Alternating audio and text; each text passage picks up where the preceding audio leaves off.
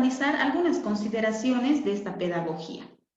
¿Ya? Primero, esta pedagogía autogestionaria tiene como palabra central o como corazón, toda su pedagogía se va a basar en este término, que es la autogestión. ¿Cómo entienden esta corriente pedagógica a la autogestión? Consideran que es un proceso por el cual una sociedad tiende a transformarse, pero se va a transformar no de manera independiente, no de manera aislada, no de manera separada. Esta sociedad se va a transformar con la participación activa de todos sus actores. Para que una sociedad se transforme, necesito que participen todos los actores con la finalidad de que estos asuman una responsabilidad social. Esa es la palabra, el comodín de esta pedagogía. Que asuman responsabilidad social, es decir, que se sientan comprometidos con lo que van a hacer. Y desde el punto de vista pedagógico, la autogestión se la conoce desde dos aspectos. El primero, como medio y como fin. Como medio, permite que una institución académica, pongamos un ejemplo, la universidad, permite que esta universidad se transforme y a la vez al transformarse va a hacer que esta comunidad educativa prevalezca encima de otras, se distinga de otras por la organización que maneja. Por esa organización que hace participar a todos sus actores. Porque hay instituciones que son muy hegemónicas, que solamente participan ciertas personas. Pero esta corriente plantea que todos deben participar de una u otra manera. Entonces, como medio, la autogestión en el ámbito educativo le permite a una institución educativa prevalecer sobre otras, distinguirse sobre otras. Y como fin, la autogestión promueve desarrollar ese compromiso social, esa responsabilidad social que nos va a permitir desarrollar valores comunitarios. Esta pedagogía nos motiva a que se prevalezca mucho lo que es el trabajo en grupo. Ya nos vamos a ir introduciendo un poquito más a lo que se entiende como trabajo de grupo. Entonces, como fin, busca que el ser humano que es estudiante desarrolle un compromiso social con la práctica de valores.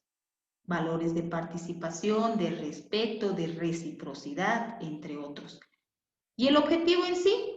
El objetivo es formar personas, formar seres humanos con responsabilidad social, con participación, que participen. Eso nos plantea esta pedagogía. ¿Cómo surgió esta pedagogía? Ha surgido aproximadamente por los 80 con el movimiento autogestionario y socialista. Esta corriente pedagógica es un poquito de historia, ¿ya? Esta corriente pedagógica tiene dos grandes brazos. Por un lado tenemos la teoría de grupos y por otro lado la psicología institucional. Ambas corrientes de la pedagogía autogestionarias promueven el desarrollo en grupo. Me están hablando de sus compañeros que no pueden entrar. Ya. Bueno, esta corriente les mencionaba que tenía dos grandes brazos, la teoría de grupos y la psicología institucional. Por un lado, la teoría de grupos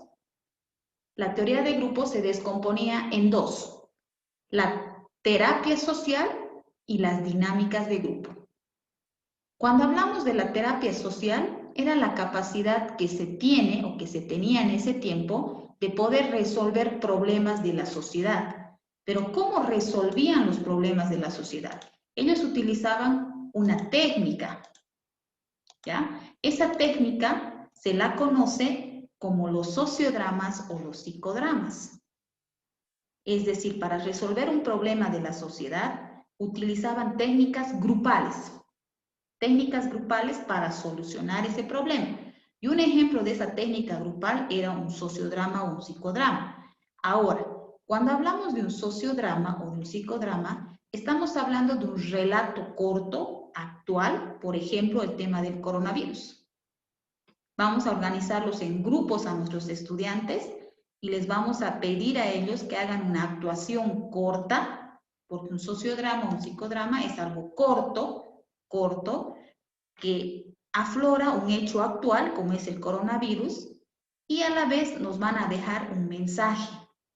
En ese mensaje que dejaban las personas que tenían un problema, estaba la esencia de la terapia de grupo.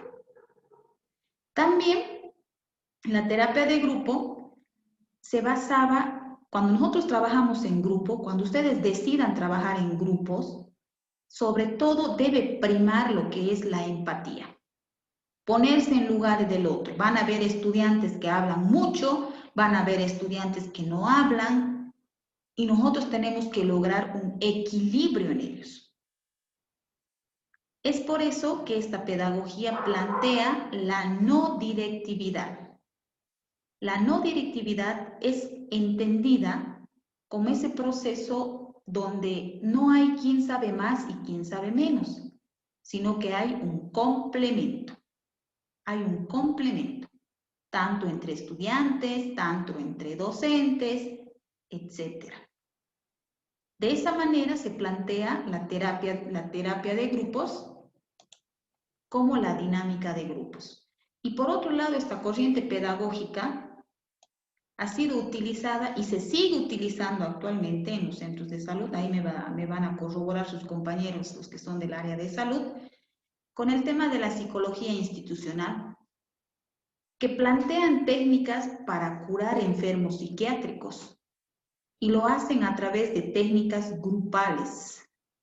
No sé si actualmente en el sistema de salud, en el sistema de los centros psiquiátricos, se sigue manteniendo el tema de hacer las terapias sociales con las personas que tienen este tipo de enfermedades. No sé si alguno de ustedes en el tema de salud, dentro de su formación, se han tocado alguna vez este tema. Sí, se utiliza bastante, sobre todo en lo que tiene que ver con rehabilitación, ¿no? En pacientes con alguna adicción y también en pacientes por ahí psiquiatras o con una patología psiquiátrica, la verdad que no estaría tan al pendiente como son las terapias. Creo que son más individuales, o por ahí la familia también se complementa, pero no, la verdad que no. Gracias, Javier. Sí, adelante. Se sigue utilizando en los psiquiátricos la terapia que es la grupal. La mayoría de los pacientes que son adictos, ya sea por consumo de alcohol, drogas o benzodiazepinas, cualquier adicción, se los internan en el mismo ámbito. Entonces, para su tratamiento incluyen las terapias grupales que se hacen casi a diario o mínimamente 3 veces por semana, donde ellos comparten sus experiencias, por qué han llegado a ese punto de adicción, sus vivencias, características tiene su vida, etcétera. Y también, como parte de rehabilitación del adicto, son las terapias familiares, entonces que se siguen manteniendo. Entonces, hoy en día, como saben, por la pandemia no se están reuniendo físicamente, pero están haciendo terapias familiares virtuales. Se está haciendo la telemedicina, telepsiquiatría, así que se mantiene. Muchas gracias, Katy, también a su compañero. Qué importante el tema de SARTE. Por eso nuestro grupo es variado, tiene todo. Muy bien, gracias. Ahora sí, tenemos aquí una pregunta, vamos a hacer una pausa. Y la pregunta es para todos. Pueden escribir por el chat y los que quieran compartir también. La pregunta es la siguiente.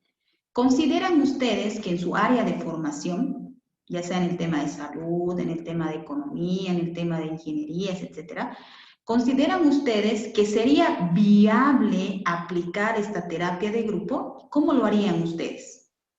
¿Considerarían? Pueden empezar a escribir por el chat. Si dicen sí, ¿cómo? Si dicen no, obviamente no, ¿no? Pero piensen un poquito, de acuerdo a su área de formación, si ustedes consideran que se puede aplicar esta partecita tan importante del tema de la terapia de grupo. Ya están comenzando a escribir, muy bien. Ya. Mauricio dice, sí, para los trabajos de equipo, interdisciplinarios, muy bien. A ver, Mauricio, coménteme un poquito. Rosario también es una terapia muy factible mediante la socialización del movimiento. Ya, pero no se olviden de mencionar su área, es importante. Yo soy economista y en mi área obviamente tenemos que interactuar con otros profesionales y siempre el trabajo en grupo es central porque permite complementarse, digamos, complementar conocimientos, intercambiar criterios y para analizar un problema, para analizar una situación, el trabajo en grupo obviamente es la mejor alternativa, ¿no? Enriquece los conocimientos. Muy bien, muchas gracias, Mauricio. Hay una de sus compañeras también, muy bien, ya están aplicando las opciones del chat. Janet Jurado, adelante, le escuchamos. Buenas tardes, Lisen. Buenas tardes, Buenas compañeros. tardes.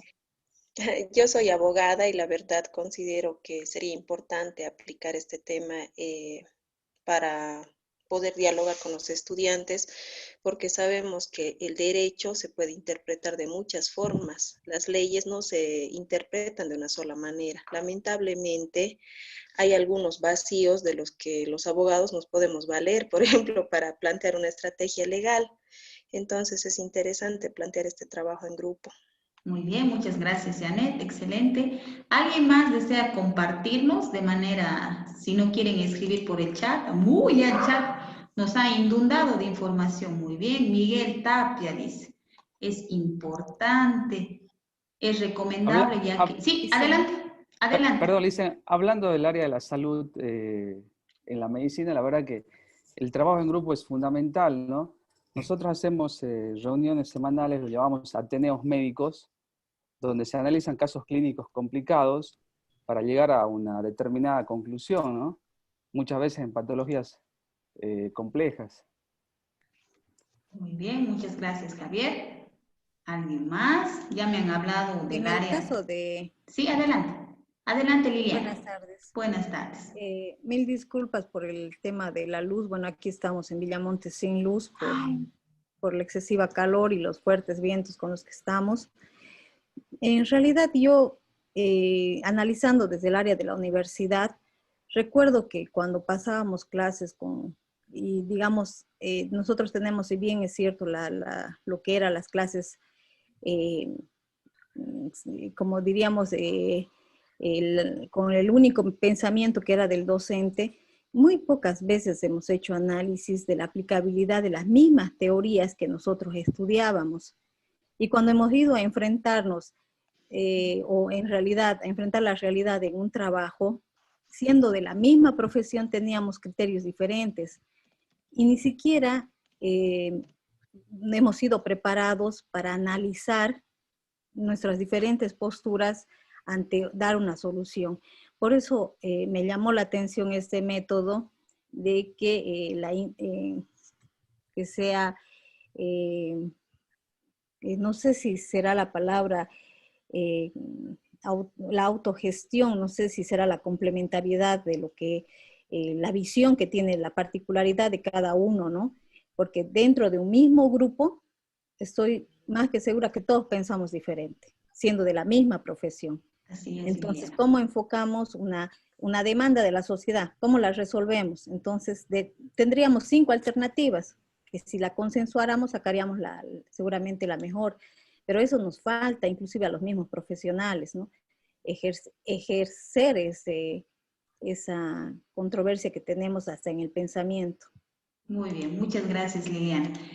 Miren, y durante este tiempo que nos queda del diplomado, vamos a hablar todo de cómo ha ido cambiando, ¿no? Como mencionaba su compañera, antes no nos daban la oportunidad de poder compartir nuestras ideas, intercambiar, qué opinas de esto, qué opinas de lo otro, no había ese espacio.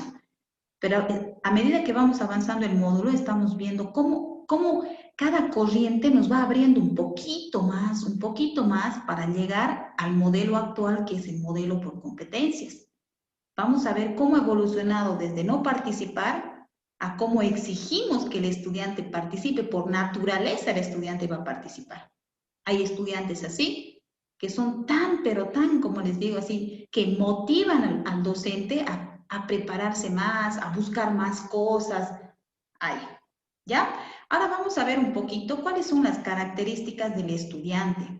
¿Cómo plantea esta corriente pedagógica las características que debe tener este estudiante? Miren, primero, menciona que este estudiante debe ser independiente. Debe ser independiente, creativo también, muy creativo, no darles todo, tolerante, ¿por qué? Porque va a trabajar en grupos, va a trabajar con opiniones distintas a las de él. Participativo, tiene que participar activamente en las gestiones escolares.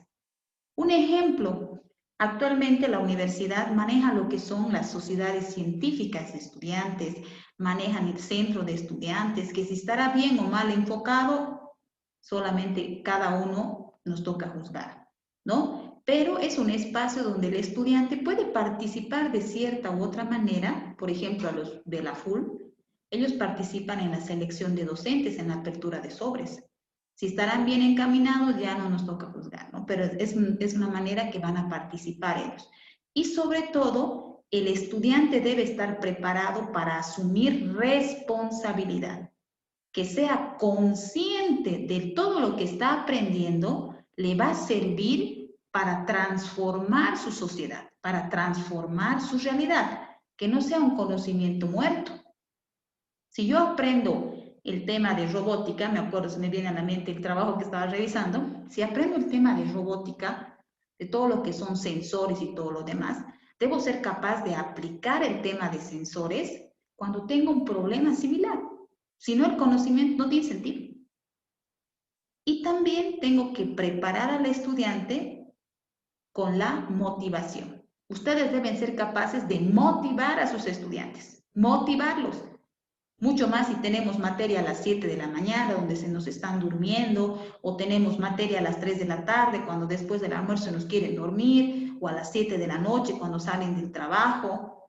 Tenemos que ser capaces de fomentar en el estudiante el interés por la materia. Y lo más importante, ¿cómo van a asumir el rol ustedes? Si yo quiero ser de esta corriente pedagógica, si yo quiero ser autogestionaria, debo guiar a Javier. Debo guiar a Liliana, a Katy, a Mauricio, a Nelva, a Edgar. Debo guiarles. Debo guiarles en el proceso de enseñanza-aprendizaje, facilitarles las técnicas y herramientas. Si yo quiero explicarle un ejercicio de energía, le voy a explicar cómo hacer un despeje, cómo interpretar el problema. Si yo quiero enseñarle a mi estudiante cómo redactar un contrato de compraventa, primero le explicaré cuáles son esos elementos que constituyen un contrato, cuáles son las partes de un contrato. Si yo quiero explicarle a mi estudiante sobre el tema del COVID, le explicaré primero qué es el COVID, cuáles son las medidas, cuáles son los síntomas y todo. Pero aquí está la diferencia. Yo le voy a orientar, le voy a guiar, pero no se lo voy a resolver el problema. No le voy a resolver el problema. Te puedo orientar, sí, pero resolvértelo por ti, no. Es por eso que decimos que el docente va a facilitar las técnicas, herramientas, pero no va a intervenir en el proceso. Y además, el docente solamente va a asumir el rol de animador de los grupos. No se olviden que esta pedagogía se basa en todo lo que es el trabajo en grupo. Es así que el docente se va a convertir en un animador y va a responder a las necesidades de los grupos. Es decir, que si el grupo de exactas necesita apoyo, entonces ahí recién va a ir el docente. Va a orientar que no entiende. Si el grupo de salud tiene alguna duda, ahí recién va a ir el docente. Es como si fuera absorbiendo las dudas de manera focalizada, de manera individual a cada grupo, porque cada grupo piensa distinto. Además, el docente no ordena, no dice, hagan así, es esto, el otro, no dice. No se olviden que un principio es la no directividad, sino que todos se complementan a la vez. También el docente motiva y muestra alternativas de solución, no plantea todo. Deja que el estudiante por sí solo investigue, complemente, busque otras fuentes de información etcétera.